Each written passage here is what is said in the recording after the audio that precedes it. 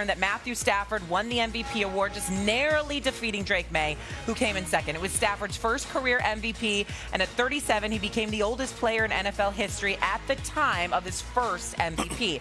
Despite contemplating retirement, Stafford announced he is not done quite yet. Listen to this. You're unbelievable cheerleaders for me. I appreciate it. I am so happy to have you at the games on the sideline with me, and I can't wait for you to cheer me on next year when we're out there kicking ass.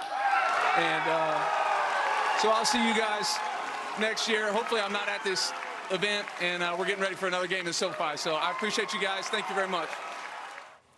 So SoFi is where the Super Bowl is next year. That's what he's alluding to. Now, Matthew Stafford finished with 5 more points than Drake Maye, while one first-place vote did go to Justin Herbert. This is the closest MVP voting in terms of first-place vote went to who? Justin Herbert. This is the closest MVP voting in terms of first-place votes since Peyton Manning and Steve McNair were co-MVPs back in 2003. Now, it's not as simple as just one vote sways this whole thing because of the 5 points, so please keep that in mind. But nonetheless, Matthew Stafford wins the MVP. Did the voters get this right? Are you okay over there? Are you learning this news about Justin Herbert with the one vote? Yeah. We got to find out who that person was. We do know who it is. I got it. Yeah. I got it. What is it called, Stephen? You always use it. Is it an APB? APB. APB. Who is Sam Munson? Who's that troll? Huh? Because when you start to figure out who did that? Who said that? Where he at? Sam Munson. This is also the same guy that also trolled Jaden Daniels from being the unanimous Rookie of the Year and chose Brock Bowers. Now you start to say, like, okay, bro. Yeah. What in your doggone mind would make you think Justin Herbert? Right. I need to ask the people that make this decision, Cam, can you remove? Absolutely. Yeah. And you got some people that do it just to have attention brought to them because it makes no sense. Okay, let's not talk about it. You want to be there. Exactly. Right. The MVP, Shay. Yeah. Yes, they got it right. They got it right. Okay. And look, I was actually indifferent with Matt Stafford or Drake Maye. I think Drake Maye has had a phenomenal season. Matt Stafford, to me, put a stamp on it in a loss against Seattle in the NFC Championship. Because when you think about the totality of the season and how consistent he was, the numbers that he put up, what he did with this football team through injury, through some ups and downs, he still played at an MVP level, even in games that they didn't win, or we wouldn't imagine their performance would lend itself to being in the Super Bowl. The other thing is this, too, for Matt Stafford, man. Like, when you look, me and RC have an opportunity on Monday night, Stephen A. was there as well, to see these guys, like, pregame and to see how they galvanize and see how their teammates gravitate to them. Yeah. And to listen to Devontae Adams talk about what kind of dude Matt Stafford is. Right. Not only do you root for him, but the way that he plays the game. I was about to curse. He is tough. He is tough as hell. Yeah. You look at the throws and the wild throws. We've known that about Matthew Stafford since he was at Georgia. But he's still doing it.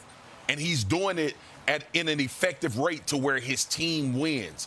And 5 or so years ago, they said the Rams would be in the abyss because they gave up so much to build a team to win a championship, and they're not because of Matthew Stafford. Well, it's a tribute to him as well, because when they were saying they'd be in an abyss, it was because they believed we're going to get him to deliver a Super Bowl championship, and then after that, he's going to retire. And what has he done? He stayed around. Now, we do have to credit the Southern California sunshine. It is a little bit different. I mean, it ain't like, it ain't like you're in one of those cold weather cities. You freezing all the damn time. Got to stay in the house or whatever. You know what? The sunshine and the warm weather sort of soothes you a little bit. And it stretches your career. He's no dummy. That's why he went there at the latter part of his career. How about that? No doubt about it. So he deserves credit where it's due. But to be his age, to enter this season with back issues, to go out there when there was questions as to whether or not he would even start the season, and to play throughout it and then finish it the way that he did, even in the loss, To throw 46 touchdowns, just 8 interceptions, for over 4,700 yards passing, you just can't say enough about who he is and what he means to McVay, what he means to the Rams organization. I interviewed Devontae Adams on my show, and it was like, yo, he couldn't stop raving about this brother and what he brings to the table, nor could Puka Nacua. When you got stars, there's ballers that have produced time and time again, and they're like, yo, him. He's that guy.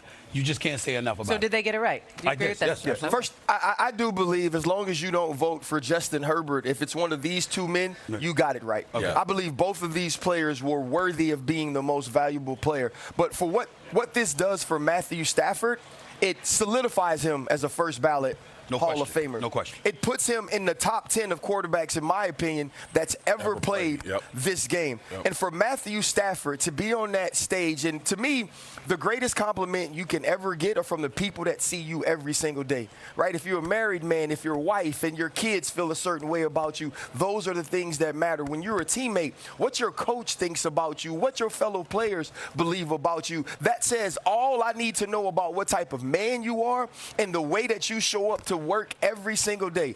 Looking at Sean McVay and seeing Kyron Williams, when Matthew Stafford said, we won't be here, we will be playing in SoFi next year with those 4 little girls on the stage.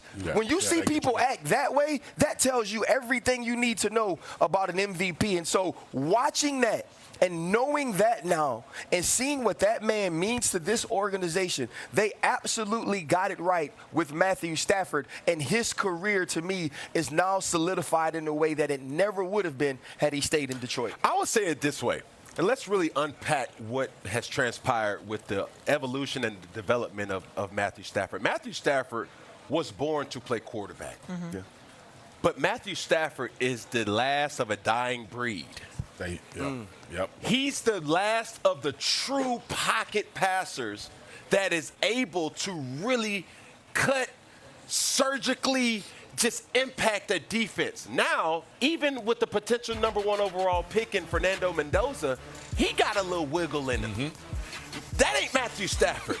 No wiggle. None. No wiggle. I can't say that. But at the end of the day, when you see Matthew Stafford and you're awed by his ability to throw the football from a quarterback, it's one of them things that you have to tell yourself, I can't do that.